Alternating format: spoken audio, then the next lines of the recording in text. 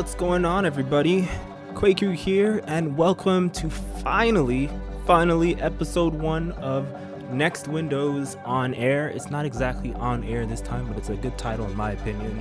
This is episode 1.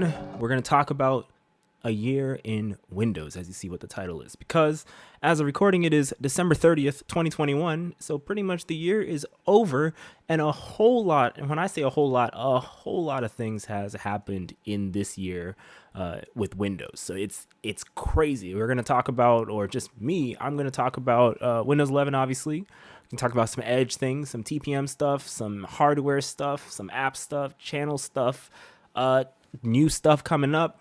There's a whole bunch of stuff. So to start off right at the back, I just wanted to introduce myself. If you haven't seen episode 0, which was the launch day stream that I did when Windows 11 came out, I did that stream, and that was episode 0, Windows 11 launch day, joined by a bunch of people talking about just the happening in Windows 11. So hope you guys actually saw that one, because that was the beginning. That was kind of the test of this whole thing.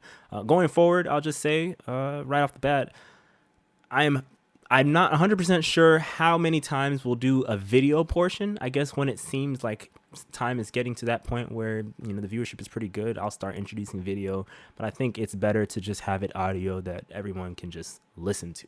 So from here on, let's jump into it. So the first topic of the matter is Launch 2021. Now, if you are familiar with this channel and you are familiar with my UWP app reviews or my Microsoft Store app reviews, you will know that I took a look at a whole lot of apps, like a whole lot. Not all of them were from the Launch 2021. And for those of you who don't know what Launch 2021 is, Launch 2021 is basically from this thing called the UWP community. It's a community of developers and just fans of UWP apps, basically Microsoft Store apps or Windows apps. And these people come together. Sometimes they work together on their apps, but it's usually a main person leading each application. So like Ambi White Noise was part of Launch 2021 this year. There was Launch 2020 as well last year, which I think I covered as well in my very, very early days. So Launch 2021 launched a bunch of apps with, and a lot of these apps all followed the general design language of Windows 11, being that they had the mica design language with the acrylic feel. They had it just looked nice and fluent. All the apps just looked like something that should be for this generation of Windows. So I'll just sound off a few things, because I did talk about a few of these apps. One of the apps I covered recently, in fact, was Ambi White Noise. I covered it last year. Last year, it was styled in the style of Windows 10 with its blocky corners and things like that. But this year, I did in fact cover it, and it is developed by Kid Genius. So shout out to Kid Genius for developing this amazing app. Basically, what Ambi White Noise is a white noise creator, and it lets you combine up to 3 sounds, and it lets you just mix and match combinations that he's curated on there, and you can download from his catalog that he thinks are interesting. And it just looks like an overall really solid, good app. And I tried it out, did a video on it. You can check it out. I'll put the show notes as the description box, so you'll see all of that information there. And it's a good app. If you're just a person who likes to do homework, likes to do programming, likes to do just housework, and you just want some ambient sound behind, Christmas just came by, you wanted like a fireplace that's crackling while you have that YouTube stream of like a fireplace, if you don't own a fireplace like I don't, Ambi White Noise was a solid application you can use. You connect it to your Surface, your laptop, whatever it is, connect that to the TV, and then next thing you know, you got a full like kind of weird feeling fireplace feel, or birds or beach or a whole bunch of things on here. So that was one of the applications that I did cover that was related to Launch 2021. Another one that I did cover with Launch 2021 was Fluent Screen Recorder. Basically what Fluent Screen Recorder was Fluent Screen Recorder was an application that basically was a screen recorder, and it was developed by Filippo. I hope I said that right. And he had a whole bunch of beta testers. All of this is on the website for UWP community /launch/2021. Again, all of this will be in the show notes in the description box, so you can check out all of those links that I'm talking about. And basically what Fluent Screen Recorder, if I can speak, was again, it's a screen recorder. It was very fluent. It had all the Mica design language. It had everything I like to see in an app developed for this current generation of Windows. Regardless of all the gripes and all the stuff that we all kind of didn't like with Windows 11, and I have a bunch of things that I didn't like that I'll cover later on. Fluent Screen Recorder was just a solid application. It just was made well.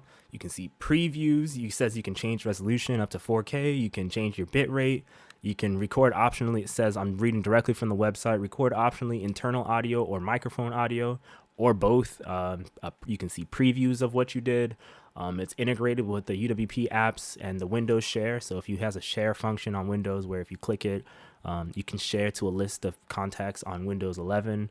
And then it has a built-in video player so you can view everything that your application or everything that you're recording. You can view it right in the application without having to look for the file and like you normally have to with Streamlabs OBS that I normally use. You can just do everything on Fluent Screen Recorder and it's clean. It's very easy to use and look at. It's good on the eyes. It's just great. So highly recommend looking at that. I covered that again on the channel as well, which is why I'm talking about it.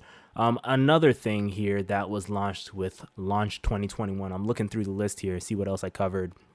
I covered Resizable Files Pro. That was another one. I had a history this year of doing a lot of File Explorer Chronicles where I was looking for something that could replace the Windows File Explorer. And when I did that, I did a lot of videos out, Files version 2, Resizable Files, and I think another one that I covered.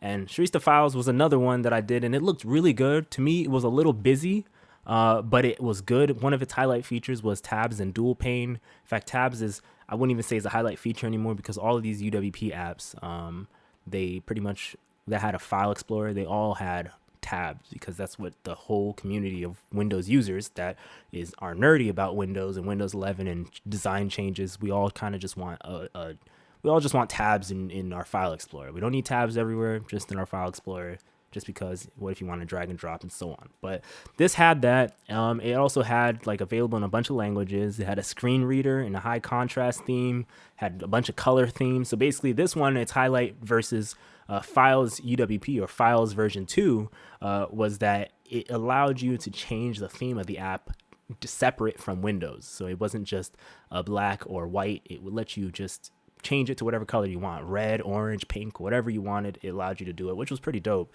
But the only difference between that and Files version 2 was that you couldn't set it as your default file explorer, at least not as of when I recorded it. So I'm not sure how it's changed since then, but overall it's a solid looking app. All of these applications are solid looking. They really did a lot of work, the developers, to do this whole thing. By the way, the developers of this Resizable Files and Resizable Files Pro is JPT Games and Apps. So that was a dope thing. They just launched it in version 1.0 on launch 2021 when it came out. So that's another thing. Another one that I saw here that I did cover that was related to, and in fact, I think there's two more here that I did cover out of the many. Fluent Search. Fluent Search was another extremely amazing application developed by Adir.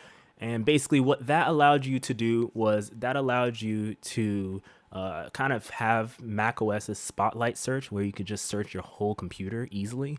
That took it to level 3 or level 6 in my opinion. That was the most amazing, one of the most amazing applications that I covered this year. You guys will know what my amazing app pick of the year will be at the end of this thing. But this one, it just allowed you to this thing pretty much allowed you to just use your keyboard to control just about everything. You could just press a shortcut that you create to pop it up on the middle of your screen. You could literally use your keyboard and it told you exactly how to use it while you're using it. And it was clean. It wasn't too much to learn. I did a video on that. That one, I loved it. In fact, I still use it to this day. So that was another one that was covered. It's search anything. You can screen search. And then you can change the appearance and all that stuff. So all the customizability is the reasons why I loved this year's launch 2021. The final one out of the list here that was officially launched on launch 2021 was specs analysis. I did that thing probably middle of the year around before I went to France. And specs analysis allowed you to pretty much view your computer specs in a much more cleaner and much more like it broke down like each place. So you had like, you can see your security, you can see your display type and exactly the hertz and all that stuff. And even when I did the video on it afterwards with all of my suggestions, a lot of the suggestions ended up in the next version. Some of them was being thought of already. By the way, the developer of that one was Atif Mahir. I hope I said that right. Atif Mahir. And this person did an amazing job with this too. It did also follow the Windows 11 design language, although the screenshots that I'm looking at right now have boxy corners. So I think the screenshots are just old. But this launched in beta. So it still says the app is still in early stages of development and new features are added gradually. And this person just did an amazing job. Supports Windows 10 and 11. It's based on WinUI. They updated to the latest WinUI. I believe 3 is the latest, which had all the updates that Windows 11 had with its UI altogether. It was just a really, really good year in terms of apps. And I hope to carry forward more apps that, you all create and you all push out. And this time, starting 2022, I announced on my community tab that on YouTube that I was going to introduce some Android apps, but I was going to introduce it in a different way. I was going to introduce Android apps, or I am going to introduce Android apps, but I'm going to view apps that would kind of help or enhance the experience of a desktop computing environment. So I'm not going to look at just games, that are on Android, like Fortnite and all the other stuff. I'm going to look at specific things. Like there's a lot of crypto wallets out there now. I know blockchain and a lot of metaverse talk is out there now. And one of the big things that I wanted to cover in here next year is apps that are on Android, because we don't have those on Windows for some reason, that you can have your blockchain wallet on your computer and manage it, like Trust Wallet, SafeMoon Wallet, and a whole bunch of other things. I'll be doing app reviews on that similar to this. So therefore, that way the developers can hear my thoughts and hopefully do some design tweaks to it to make it more user-friendly, because just because you're the developer of it and you have a vision for it, sometimes the outcome is not necessarily the most user-friendly. So you got to take, suggestions from outside people. This comes from me coming from the art world. So that's that. So it was a great year in terms of launching applications on the Microsoft Store. Some of these developers even develop for other platforms. I'm seeing here like Yoti here. This application is on Android apparently and on browsers. But we'll get to those applications probably next year, because we got a day before next year. Now, the next thing I wanted to cover really briefly was our best man, Panos Panay. He got promoted. He's been with Microsoft for a very long time. It says here he is a 17-year Microsoft veteran that was part of the executive team that developed the original Surface, Microsoft's first computer. Panay's promotion was announced on Wednesday, August 25th, or whatever. Wednesday, yeah. So today, August 25th. Not today, sorry. Was announced that day in the past, earlier this year on August 25th, which ironically was my birthday. My 28th birthday, Panos was announced that he got promoted. He now oversees Windows and devices, which is amazing. I remember I got to say hi to him in some calls in the past earlier this year, and hopefully I get to score some kind of interview to talk to him about the latest developments in the whole Windows world coming in 2022. So stay tuned for that. Hopefully I can get that thing scored down so I can, talk about that, because I would love to see someone on the inside truly who's the one that we always see as the face of Windows. I would love to see how he approaches how Windows has changed since his 17 years. Because 17 years ago, I was how old? I was 11. So, and I was using whatever it was, Windows something else. And sorry for my phone. But overall, Panos Panay, congratulations. Hopefully you hear this, but congratulations. Not much to say with that. Next thing we're going to go into is the infamous thick boy of the entire podcast, and that is Windows 11. Windows 11 launched earlier this year, and it was an interesting one. I did a live stream back in those days, and it was announced on June 24th, 2021, and it was released on October 5th, 2021. And Windows 11 was an amazing thing, and when it came out, it took the world by storm. It was something completely different, and like so many people they had mixed feelings about it, which I'll cover it later on in the show. Some of the controversies with Windows 11 was its when it took away a lot of features. It took away so many features from, Windows altogether. It took away, when you right click the taskbar at the bottom where you have all your icons and the start menu and stuff, it took away the ability to see all of those menus that popped up. So for power users, it only showed taskbar settings, which, yeah, I understand that that's there. But in order to get all the menus that popped up, which was the Windows power menu, you'd have to right click now the start menu itself. And however, even though this criticism came out and it was insane, and I even made a rant video later on when things calmed down finally about it, this whole experience, we had Stardock, the infamous Stardock that made Start 10 and a whole bunch of other things. They came out with Start 11, and our second best boy, Brad Sams, he actually left Petri. I think he left Petri and started work at Stardock. I'm not sure what his role was, but that's how I had heard that Start 11 had come out. And basically what Start 11 had done was it brought all the features back that were lost, plus a little extra stuff, but I'll cover that later on in the show. But in general, the criticisms, it was just insane. Some people didn't like the rounded corners, which honestly, for design wise, I understand the philosophy of why they went rounded corners, because the way Apple went rounded corners. In fact, I remember in the past, I wrote a paper for college about, I think it was something related to rounded corners, something like that, or I did something. And basically the idea was rounded corners feel more comfortable to encompass a whole bunch of elements inside. And then blocked corners are the ones that shape the elements on the inside of your UI. And so that's why they went rounded, so that way it didn't feel so sharp and hard. Like, if it sounds weird the way I'm saying it, but if you trust me enough, I'd hope you do, and I hope you're still skeptical.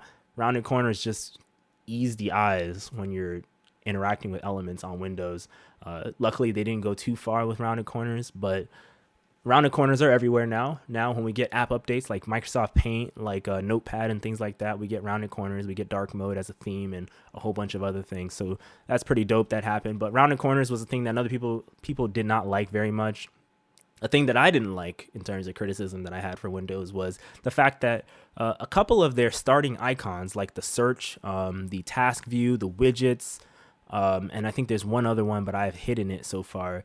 You can't move those around on your taskbar. And it was very annoying because back in the early days, even Windows 10, everything could be removed at will. You could remove search, which was Cortana at the time, and then they took it away. Everything could be moved around and things like that. They didn't just get to be hidden. So now on Windows 11, search, task view, as well as widgets, and another thing.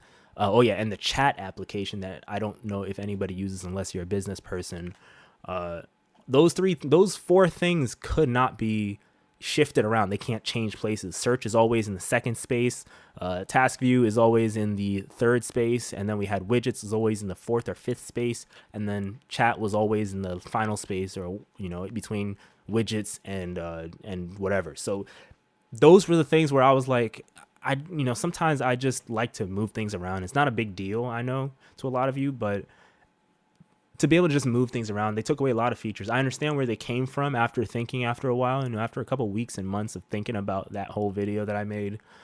I understand where Microsoft was coming from, because I have a niece that is 7 years old. She has sisters who are 13 and 6, and their future, all it is like you click a single icon, or the icon, everything is just listed there. And all the apps that you're going to possibly use are just right in front of you, pinned right there. And so part of it was when you click the start menu in Windows 11, this was another major criticism, was they took away a lot. They changed the start menu in Windows 11. They made it drastically different from anything before. They took the Windows 10X approach, if you saw the leaks from Windows 10X, and they made it just different. And so, I understand where they came from. I didn't like it at first.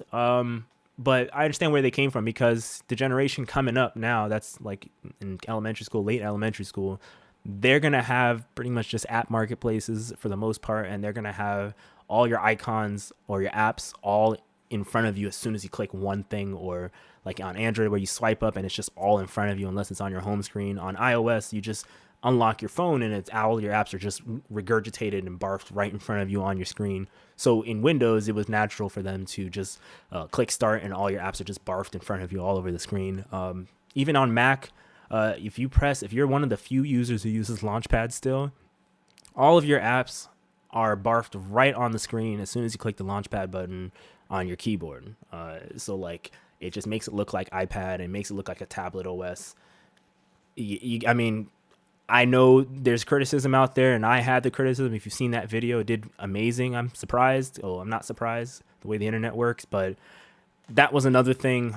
The default centering of the start menu or the taskbar elements, that was another big criticism, because people were wondering, why is the start not on the left like it's always been since Windows 1.0 and stuff, or Windows 3.0, I believe. I'm not sure exactly which one it was, but why is start not on the left?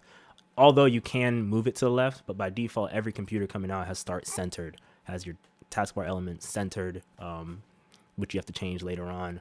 Another thing that was a criticism of Windows 11 throughout this entire year was, and it still is a criticism of Windows 11, is the recommended area. In fact, I just saw a tweet about the recommended area before I even started the show, and that the recommended area, the issue that people have is that you can't expand it, you can't customize it. Things still show up. Sometimes things don't even show up that are recommended. In my opinion, the recommended area needs to not be recommended. It just needs to be called recent documents or recent things. That way, let's say I launched Tales of Arise. Let's say I launched Cyberpunk. I launched Cyberpunk 2077, or I launched, I don't know, Final Fantasy 15 or whatever it is, or Final Fantasy 7 Integrate from Epic Game Store. Let's say I launched that, and I'm like, man, what did I do last time I was on my computer? You could see maybe under recommended / recent that this is the applications you launched, but it doesn't do that. It just shows some things out of the blue. Like I have here, when I was editing last night, I have here some music from Epidemic Sound that I was doing. I have some thumbnail stuff. I have some footage that I did for a video that came out today with Hyper-B on TPM. It just shows things, and I'm not sure where it decides like this is a good idea that these things should be shown. In my opinion, when I see recommended or I see recent, in fact, I think it should be called recent, so that way it just shows everything recent, whether it's applications or whatever it is. In fact, I think I'll submit that in the feedback hub as well after this. It should show applications too. It should show applications, documents. It should show everything. And then obviously it should give you an option to say, I don't want to show applications here. I don't want to show documents. I don't want to show XYZ. It should show that.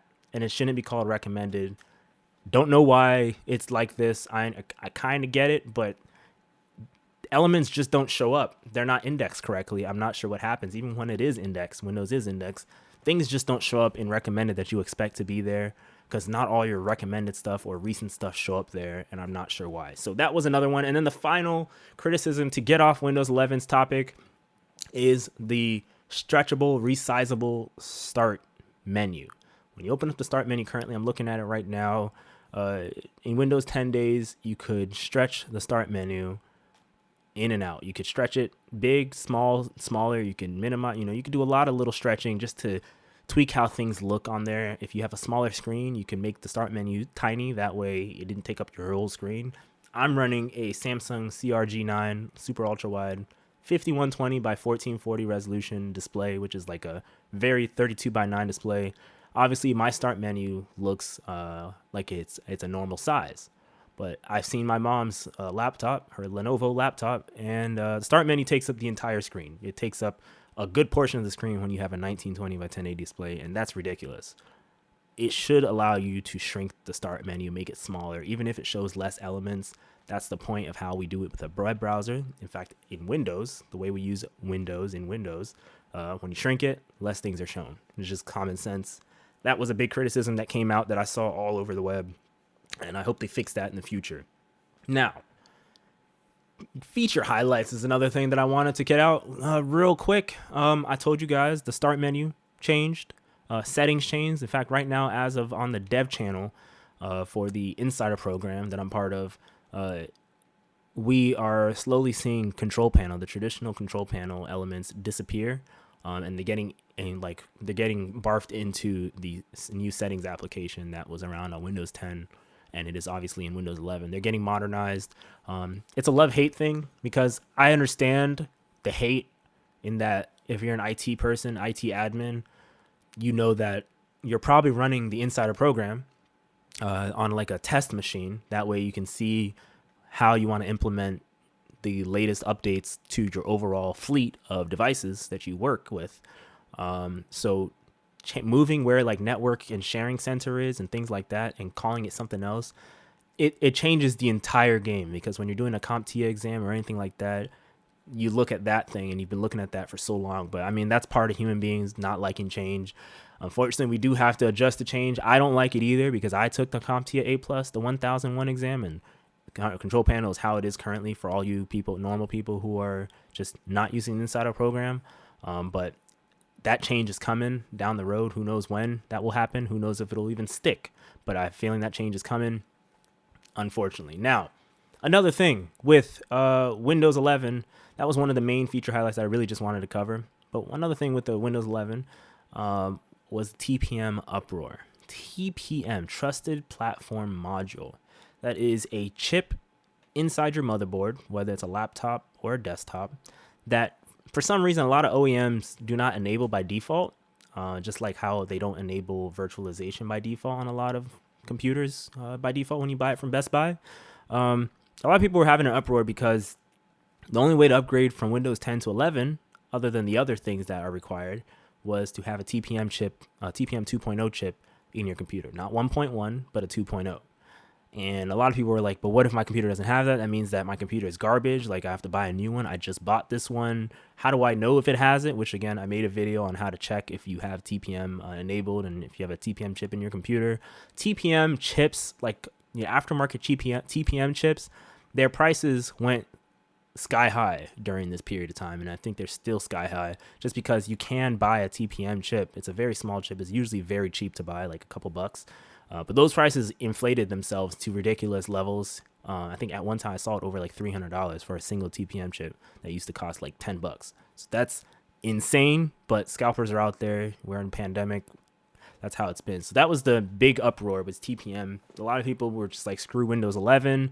I'm not doing it. TPM, this and that. I don't need, yes, it's for security and this and that, but Microsoft's just trying to get me to buy more PCs so they can look better on their earnings reports, blah, blah, blah, stockholders and all this stuff. It was insane. Now, continuing with the criticism, or maybe the interesting things that came with Windows 11, we have Edge. Now, this came with Windows 11, but it's also available on everything. And Edge. Where do I start with Edge? So, Edge had a lot of changes this year.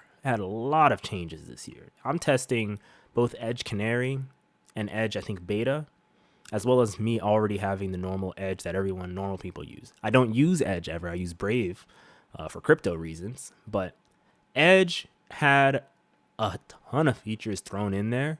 I'm not even going to name all of them because I couldn't even name them all. One of the big ones that had a big uproar for a while, especially by one Paul Thurrott on Windows Weekly and Thurrott.com, was buy now, pay later. Now, if you're in the US, you probably know about this whole scheme of stuff. You're probably noticing that when you go to BJ's Wholesale, you're going to, Best Buy, I think Newegg.com, you see like Affirm, the company Affirm, you see the company, there's a few companies out there, if you look on an app store or anywhere, that all do buy now, pay later. And now Microsoft has decided to say, this is a great idea. Let's put it in our browser and have it preset that it'll pop up when you're about to do a purchase that, hey, you can choose this option to buy now and pay later. And basically what buy now and pay later does is you buy a device or whatever it is now, assuming it's a device, you buy it now, and you can pay over installments. And the way they get you with this, the reason why it's so controversial, is that people with low income typically do this so that they can spread out their payments, over time. So that way they're not, let's say they can't qualify for a credit card because their credit is shot. They can still do buy now, pay later as long as they pay equal payments over like 5 weeks or so, 5 or 4 weeks. So if you're paying $2,000 normally for a Surface, you can spread it out to like $400 and so on like that. And every month, some of these services, they charge it every 2 weeks, which is insane. And the way they get you too is that if you miss a payment, that interest is insane. So you won't be paying $2,000 total. You'll probably pay like $3,000 total because the interest will be crazy. So the whole approach to it is, as long as you pay on time and pay it the same amount on time automatically, Amazon has this as well for a few stuff. You can get your device and you can break up the payment. Let's say you don't make 40,000 a year, you only make like 25. You'll still technically be able to afford a Surface if you want one. So that's how it is, and they put it in Edge. There's a way to disable it, but by default it's on, and it gets in your face when you see it.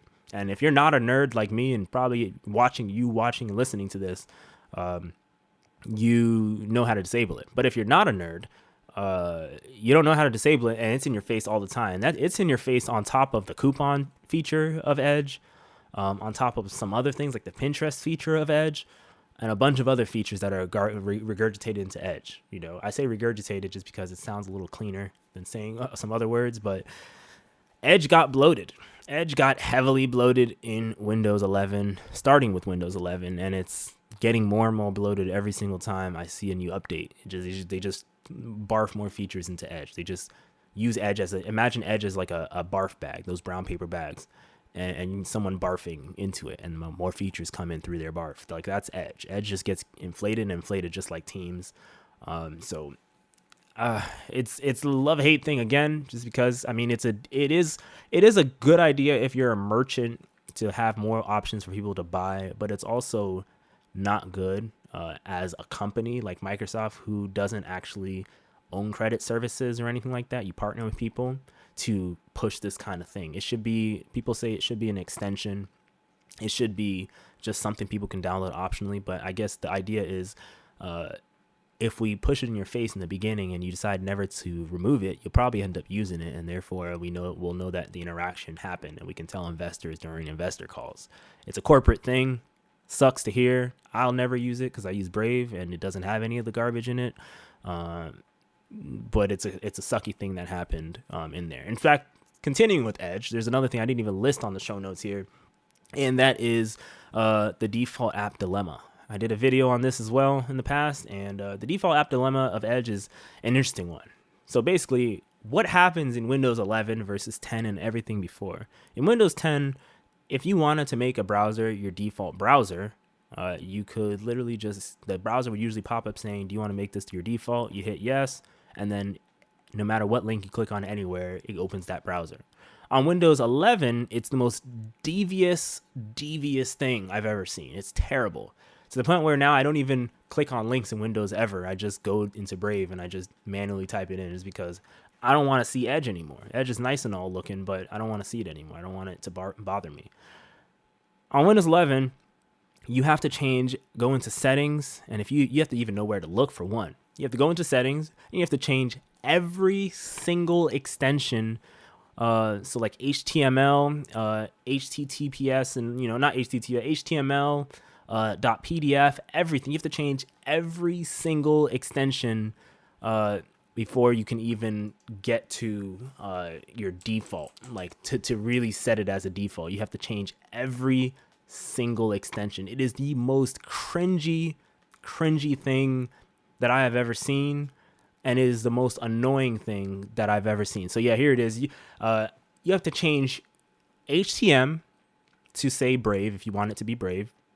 You have to change your PDF, your HTML, XHT, which I didn't even know exists, which for me is still a Microsoft Edge, and everything. There's like a ton. And every time you click on some of these things, it pops up saying, are you sure this could be a dangerous move? But Microsoft, yes, I'm very sure that I want to change this to my default. I'm 100% sure. If I'm saying yes, that I don't want it to be my default, I'm sure that I want it to be completely my default. So no matter what I click on my browser, on my OS, it opens up my browser of choice. But even now, even when I'm looking in the Insider program, I'm using build 22.5.2.3. When you go into your default apps, and let's say I select Brave, there's an option that says make Brave your default browser, and then you can hit set default. When you click set default, only thing it changes is HTML, .svg, HTTP, HTTPS, and that is about it. That's the only thing that changes to Brave as default. Now, everything else, when you see there's .xht, .xhtml, FTP, those three things stay as Edge no matter what. You have to manually change and click things, and if I hit Brave finally now, then that thing has finally changed. But you have to manually click on each individual one over and over. So if your computer is just a slow computer and you just use it for basic stuff, and you just want to change your default, you just really can't do it. It's tough. And people have made ways around or tried to make ways around to set everything as your default in one click. Microsoft continues to update the computers and then disables that feature, or it basically cease and desist those people so they can no longer use their methods to do it. Firefox tried and it failed. A lot of people have tried and it just keeps failing. And when you finally do change everything and you go back into Edge, it says something like, do you want your computer to be secure or something like that? Set Edge as default, and we'll like optimization or something about optimization for your computer. And basically what that does is just throw everything back to Edge once again, including PDFs. It's very annoying. No idea why that's the option, but I'm sure it's because Microsoft is kind of out of the limelight right now. And so like they can kind of get away with doing these devious tactics. I forgot what the exact word that people used was, but it sucks. I continue to use Brave. I don't use Chrome either. But for those of you out there who want a browser choice, I say Brave, because if you like cryptocurrency like I do, Brave is a good one. You can connect your blockchain wallet, but they're not a sponsored. I wish I had a sponsor. That'd be great. Thank you very much. So that is the crazy, crazy shenanigans that happened with Windows and Windows 11 and Edge and all of that stuff. So now let's change gears to some more positive news, because I like positive news, and I hope you guys do too. New hardware. We had new hardware from Surface, Microsoft Surface this year. I want to start with the first major one, which is the Surface Laptop Studio. The Surface Laptop Studio, I tried it at Best Buy. It is beautiful. That device is beautiful. Is it pricey? Yes, it is. That costs half as much as my computer, and it doesn't have nearly half as much as the specs. But it is beautiful. Like it gives you the Surface Studio, all-in-one computer that they still haven't updated. It gives you that kind of folding down screen, kind of like the Acer, some Acer Art tablet that you can bring the screen forward and interact with it easier with a pen. It gives you that feature, but in like Microsoft Surface finish, it is the crispiest display and computer together that I have seen in a long time. It is amazing. Too bad I can't afford it. I'd love to receive one to try it, but can't afford it. But it is amazing. Specs are pretty good too. I'm not even going to go deep into the specs, but specs are pretty good too. And honestly, in my opinion, if you're looking for a Windows computer and you don't need to play games too heavily on it, but you do draw and stuff like that, I actually would recommend getting the Surface Laptop Studio. It is a beautiful device. In fact, now I'm seeing the specs here. Starts at $1,299.99, so $1,300, and the specs start, and that's with the holiday sale. Technically, it starts at $1,600. So probably by the time you watch this, it'll be back to normal price, $1,600. And that's the base model. It gives you an i5, Core i5. I'm not sure what generation. I think it's 11th still. 16 gigs of RAM, 256 SSD, and Intel Iris X graphics. The only way you'll get better graphics, like discrete graphics, is if you go up to the i7. And this doesn't have any AMD at all inside it.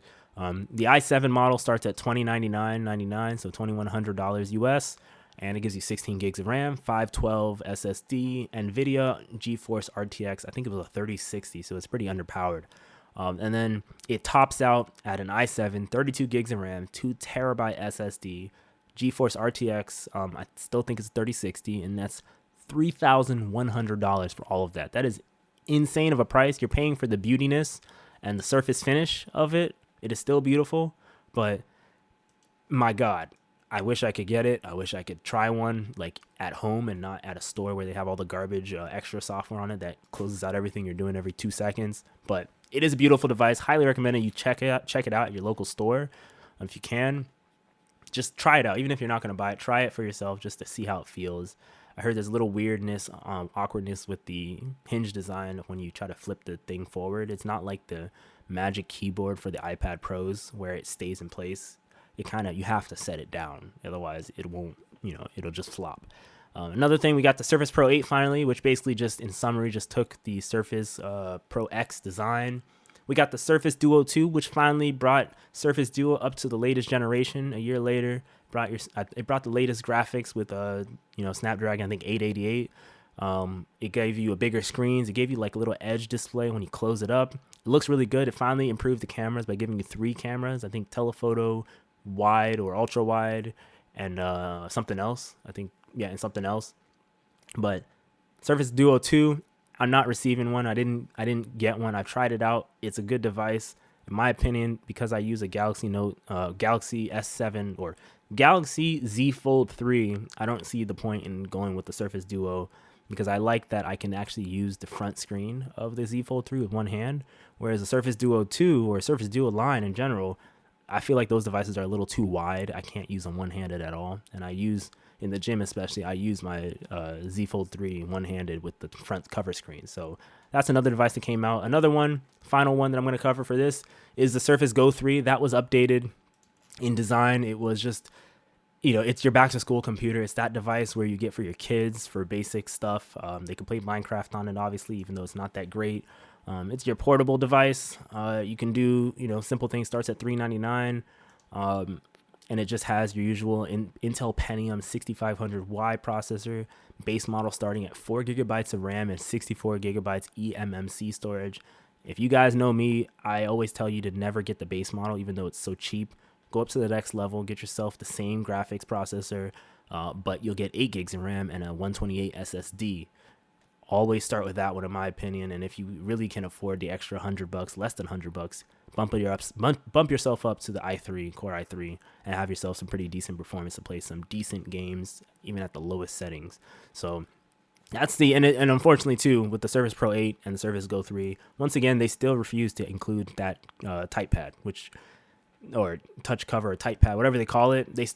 Type cover. They still refuse to include that. It's still an optional device, even though every single time you'll see an advertisement with Surface, other than on their page when you're selecting it, they always show it with the keyboard. So I don't know why they don't include the type cover with these devices. They should just make it by default, even if they have to bump up the price a few bucks and take a loss on them a little bit, because I'm sure not many of these sell too well. They need to just do that, because that's just annoying. Now, and even the pen actually, for the Pro should be included, but it's not. And the cover is also not included for either of them either. So next thing, getting down to the bottom of the list finally, I felt the need to do an app of the year. It was very hard for me to come up with the app of the year because I was tossing up between two. I was tossing up between, you guys heard it from me, I was tossing up between the, Files version 2. Files version 2 was I wanted it to be the app of the year, honestly, for me. That video did amazing. That video is at 3.2K, 3,200 views, which is insane. It was one of my top, quickest growing videos on the channel this year. I'll talk about what the quickest growing video of the channel was. Uploaded on November 4th, 2021 of this year. That one you can make, it was a Fluent file explorer, had all the latest elements of Windows 11's design language, WinUI 3. It was rounded cornered out the wazoo. It had your tabs, integration with your online services such as like Dropbox and OneDrive and all that stuff. And it was pretty fast, at least on my insane computer. Of course it was fast, but it's fast overall when I look at the comments of it. It was just, and then he even taught you how to make it your default. It was amazing. It's still amazing. I don't use it as my default anymore, but it is a phenomenal application. However, my app of the year, pick of the year, is from Stardock, and it is Start 11. Start 11 is, once again, I told you in the very beginning of the podcast that Start 11 was your replacement start menu. And basically what that brought back was a way to change the start menu when you click on it to be whether the Windows 10 version, not the Windows 8 version, but the Windows 10 version. It made it let you make it just anything you really wanted it to be. You could go back to Windows 7 version, like still in like Windows 10 design style, but Windows 7 version. You could change right click, what elements do. It pretty much didn't just change your start menu, it changed the whole taskbar experience. Basically, what it allowed you to do finally is where I complained in the beginning that right clicking your taskbar only brought up taskbar settings. Star 11 brought back the ability to simply right click the taskbar anywhere on the taskbar and it'll bring up the whole menu of all the stuff that you want from how Windows 10 and before was. I love that feature. And then it also allowed you to resize the start menu to whatever you chose, shrink it, make it shorter, make it wider, whatever you wanted. It allowed you to do that. Obviously, it allowed you to simply like move the start menu left and right. It allowed you to do a lot of things. And so, in my opinion, the app of the year, hands down, although it costs money, you guys know I am cheap. The app of the year, hands down, from Stardock. Start 11. I believe Start 11 starts at $4.99. Let me actually double check that real quick. I think, yeah, Start 11 starts at about $4.99. So it's very cheap. Like Paul Thurrott was saying, it's like getting a coffee at Starbucks, only probably cheaper because Starbucks is expensive. If you are one of those people who wants your power user features back and don't mind paying $4.99 to Stardock, a company that's been around for a long time since I was far younger, $4.99 will get you all the features back that Microsoft most likely will never give you back. So get that. That is my app of the year pick. And I want to do something more personal because, I'm selfish like that. Just kidding. I wanted to do the video of the year. This is the video of the year for the channel. Like what video did the most amazing in my eyes for the channel. And in my opinion, the video of the year was installing Windows 11 with VMware on M1 Mac. As you guys know, I picked up an M1 Mac early this year during the summertime, and it's been amazing for editing. It's so powerful, even if it's the base model. It costed me not that much. It was like $4.99 because I got on sale. It was crazy. It's amazing. I'm surprised how well Apple did it. They got rid of Intel and said, we're going our own, and it works so well even for the base cheapest one. And it's a Mac Mini. You can move it anywhere. That video, I have to actually check, but that video is nearly at 100,000 views. In fact, let me see right now. That video is at 98.4 thousand views. Yesterday it was at 97,000, like the low 97,000. This thing has gained 1,048 views real time in the past 48 hours. And in fact, the last 60 minutes, this thing has gained 11 views, but it is still constant. Like I can't even kill with comments anymore. There's too many views, too many comments, too many, just everything. It's amazing. It's 98,369 views. It is insane. And so like definitely, you guys killed it with this video. 98, almost 100,000 views in 2.5 months. Insane. It's only 14 minutes long. It taught you how to get Windows 11 on the M1 Mac, and it was just amazing. So now we're doing the coming up section. So the coming up section is things that are coming up on the channel in the new year, starting 2022. And with this, I want to talk about real briefly, probably like 2-3 minutes. The website is coming. If you look at what is coming up, the website, if you go onto this URL, nextwindows.com, there is a placeholder page because obviously I cannot reveal all the secrets on it. And like, it is coming along pretty well, smoothly, getting the UI together. I'm getting some help with it from the community out there that really does a lot with UI more than I do. As well as a Discord page or a Discord channel that is coming out. It's actually live now, but I'm not sharing the link until everything has been ironed out for it. So that way you guys, when this podcast finally actually goes on air, you guys can view it on the main stage and just interact with everybody while things are happening. So the Discord will probably come before the website. I'm shooting for the end of, let's say end of March, end of April for it to come out. The Discord, hopefully by the end of February, should be out. That way you guys can communicate, talk. If you're a developer, if you're looking for jobs, all that stuff, the Discord will be there for you guys to just talk and mingle, talk about anything with computers. There'll be pages specifically, channels specifically for, Windows 11, 10, and all that stuff. So stay tuned for that. And then one more thing. I have one more thing that I wanted to announce because this is episode 1. I wanted to announce that a new series is coming to the channel. It's my first role being a director of a series. Think a series similar to how it would feel for YouTube Red and Netflix levels of production. You know, normally I sit in front of the screen and I just talk, but this time something different. And I can't announce when it's going to come, but it's going to come soon. Let's say somewhere around this year, hopefully. Now, this series is going to be diving in, because you know I love UI. I love anything related to the arts with technology.